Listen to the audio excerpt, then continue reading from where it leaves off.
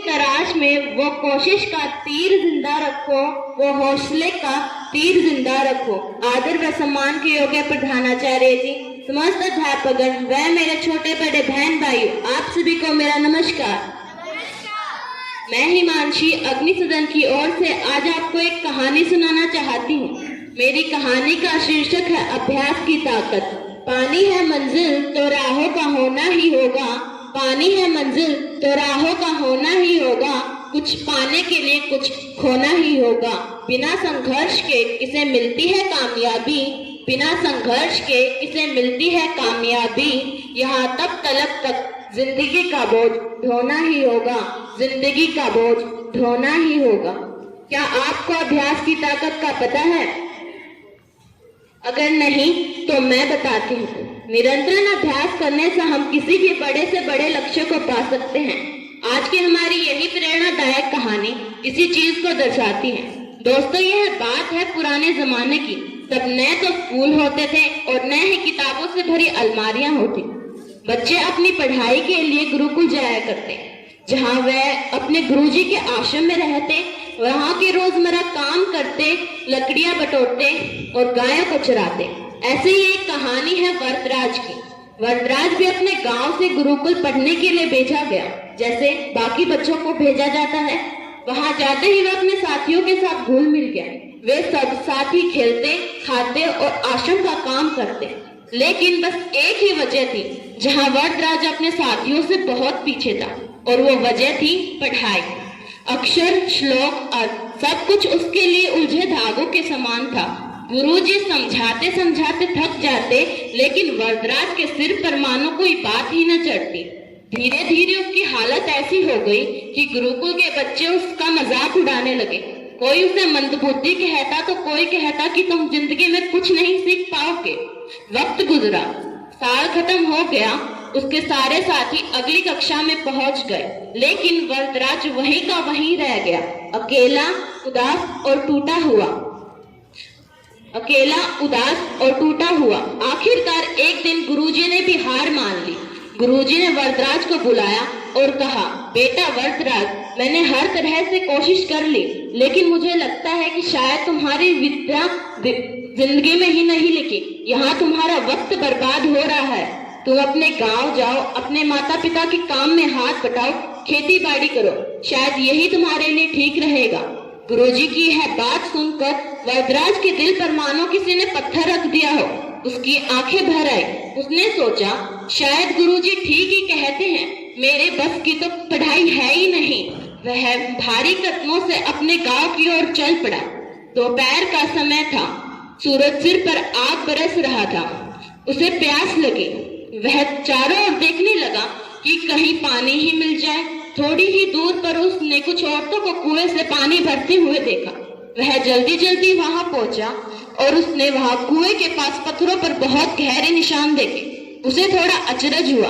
उसने कुछ औरतों से पूछा कि माताजी, यह पत्थरों पर इतने गहरे निशान किस चीज के? क्या किसी ने तराशा है? औरत हंसते हुए बोली, नहीं बेटा, इन्हें किसी ने नहीं तराशा है। यह तो इस रस्सी के रोज रोज ऊपर नीचे होने से पत्थर पर इतने गहरे निशान बने हैं। देखो बेटा, यह रस्सी कितनी पतली और कोमल है, फिर भी इतने ठोस पत्थर पर कितने गहरे निशान बनाए हैं। बस यही बात वरदराज के दिल पर मानो तीर की तरह जा लगी। उसने सोचा कि तब ये पतली और कोमल सी रस्सी भी इतने ठोस पत्थर पर इतने गहरे निशान बना सकती है, तो लगातार मेहनत करने से विद्या में दिमाग में भी तो जा सकती है। उसकी आंखों में एक नई चमक थी। उसे यकीन हो गया था कि लगातार मेहनत करने से कोई भी नामुमकिन काम भी मुमकिन बन सकता है। उसने कुएं के पास ही फैसला लिया कि वह हार नहीं मानेगा। वह गुरुकुल वापस लौटेगा, तब तक मेहनत करेगा, तब तक कि वह कुछ सीख न जाए। वह फौरन गुरुकुल वापस लौटा। गुरुकुल जाते ही सब उसे देखकर हैरान रह गए। गुरुजी ने पूछा, बेटा वरदराज, तुम गुरुकुल वापस क्यों आ गए? तब वरदराज ने आत्मविश्वास से बोला, गुरुजी, मैं वापस इसलिए आ गया क्योंकि मैंने रास्ते में एक कुएं पर बहुत गहरे निशान देखे और वहां से भर रही पानी औरतों को मैंने पूछा कि यह पत्थर पर इतने गहरे निशान कैसे?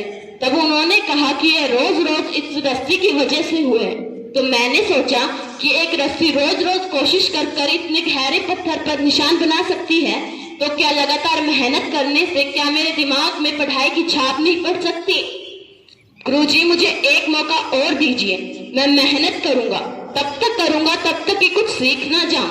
गुरुजी ने उसकी आंखों में एक अलग चमक देखी। गुरुजी ने कहा, बेटा वरदराज, यही तो एक असली विद्यार्थी की पहचान है, हार नहीं मानना, मेहनत करो। चलो फिर से शुरुआत करते हैं। उस दिन के बाद वरदराज ने दिन रात एक कर दी।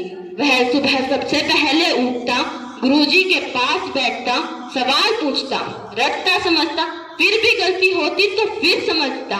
जो साथी उसे मंदबुद्धि कहते थे, वो साथी अब उसकी लगन को देखकर हैरान रह गए।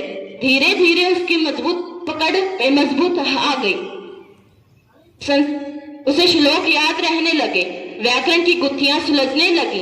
कुछ सालों बाद जो वरदराज मंदबुद्धि कहलाता था, वो वरदराज एक बहुत बड़ा विद्वान बना। उसकी ख्याति दूर दूर तक फैल गई। उसने संस्कृत व्याकरण की बहुत सी महान किताबें लिखी, जैसे लघु सिद्धांत कौमुदी, मध्यम सिद्धांत कौमुदी, सार सिद्धांत कौमुदी, विवरण पद मंजरी। आज भी विद्वान लोग उनके नाम का आदर करते हैं। दोस्तों, वरदराज की कहानी हमें एक बहुत बड़ी शिक्षा देती है कि अभ्यास से बड़ा कोई चमत्कार नहीं होता। अभ्यास से बड़ा कोई चमत्कार नहीं होता। ये हमें कभी नहीं सोचना चाहिए कि हम किसी चीज में कमजोर हैं। अगर उस वक्त वरदराज हार मान लेता तो शायद ये दुनिया का नाम न जान पाती, या शायद ये दुनिया का नाम न जान पाती। लेकिन उन्होंने ठान लिया और कर दिखाया। इसलिए दोस्तों, एक बात याद रखना, मेहनत करो, रोज करो, धैर्य रखो और फिर दुनिया को कर दिखाओ कि तुम क्या क्या कर सकते हो। अंत में मैं बस आपको इतना ही कहूंगी कि किस्मत के भरोसे मत बैठो, मेहनत करो, फिर देखना पत्थर भी कैसे मोम की तरह पिघल जाएंगे। धन्यवाद। आपका दिन शुभ रहे।